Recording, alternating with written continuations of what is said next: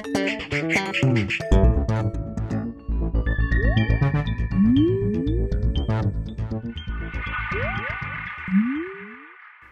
everyone and welcome to The Vortex, where lies and falsehoods are trapped and exposed. I'm Michael Voris, back from Rome and a greatly uplifting trip.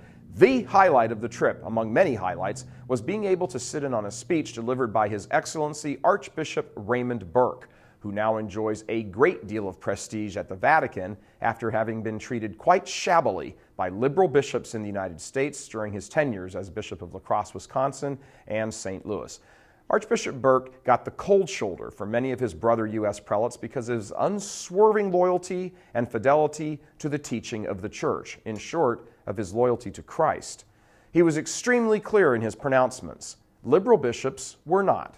In fact, it is a hallmark of liberals to be vague and dicey with their language when proclaiming the truths of the faith.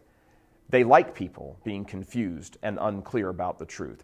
That's why Archbishop Raymond Burke is quickly becoming the beacon for orthodoxy among bishops. You don't ever walk out of talking with him or listening to a speech by him wondering what the Church teaches.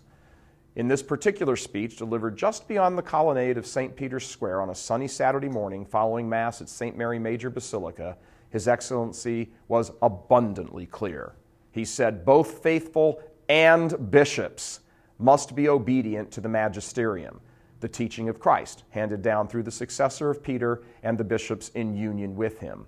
He said emphatically that when the bishop, he used the word shepherd, is not obedient, the flock easily gives way to confusion and error. Now, I was sitting in the audience when he gave this speech, and the place erupted into applause.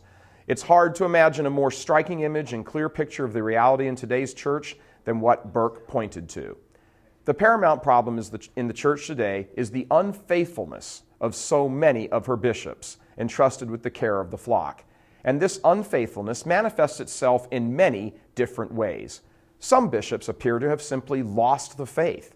There is simply no way to square the example of a bishop who openly supports homosexuality and who insists that the church is wrong on its teaching, other than to say that he has totally gone off the rails and simply doesn't believe the faith anymore. Archbishop Rembert Weekland, formerly of Milwaukee, comes to mind. He did a great deal of spiritual damage to that archdiocese. But he isn't alone. Former auxiliary bishop of Detroit, Thomas Gumbleton, has made quite the name for himself as well, opposing and condemning the church's moral teaching. Another manner in which episcopal infidelity is manifested is through cowardice. If a bishop truly believes the faith, then a repeated policy of compromise with evil simply would never happen. Yet we have examples, too numerous to count, of this very point repeated over and over and over again among many, not all, bishops in America, Canada, Europe, and Australia. Other bishops have demonstrated their infidelity to Christ by their willingness to engage in internal politics at the expense of the faithful. They promote and coddle heretics and career bureaucrats within their chanceries, whose first concern is not the faith and advancing it, but ensuring that the boat is never rocked. These are scandals that drive people away from the faith and cause a great dispiriting of those who remain. Of scandals, His Excellency also said, and I quote, "One of the ironies of the present situation is that the person who experiences scandal at the gravely sinful public actions of a fellow Catholic is accused of a lack of charity and causing division within the unity of the church," end quote. While he was speaking specifically at the time about opposition to the church's teaching in regard to the sanctity of life, his words are just as true about the grave scandal given by weak or cowardly or heretical or politically minded bishops. In fact, theirs is an even greater scandal because their inaction and betrayal and compromise with the culture is what has prepared the ground for such evils as abortion and same-sex marriage. A Catholic today must understand the lay of the land in the church. There are many good and solid bishops today who not only talk the talk, but walk the walk.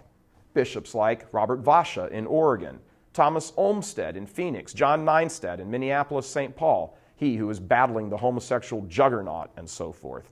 Many fine bishops, these three are by no means all of them, but a litmus test for Catholic laity who are justifiably rightly confused is simply this: Does your bishop do what needs to be done? Are priests who are preaching screwball ideas from the pulpit dealt with quickly? Are the Catholic schools in your diocese truly Catholic? Meaning, are the young men and women coming out of them in love with Jesus Christ, or are they not? Do you see changes? Do you see change to an openness on the part of the bishop to meet with Catholics who are deeply concerned about the dire straits the faith is now in? Or do you get little or no response, see little change, hear a bunch of happy talk and politically correct theological mumbo-jumbo?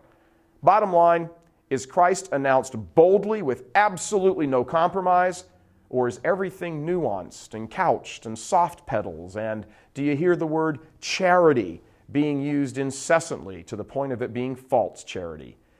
If you shine the spotlight on already existing division in the church and get accused of causing the division, watch out.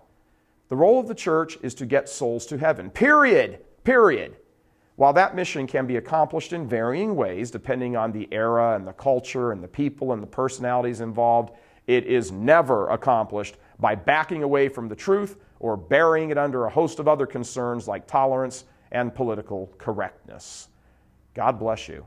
I'm Michael Voris.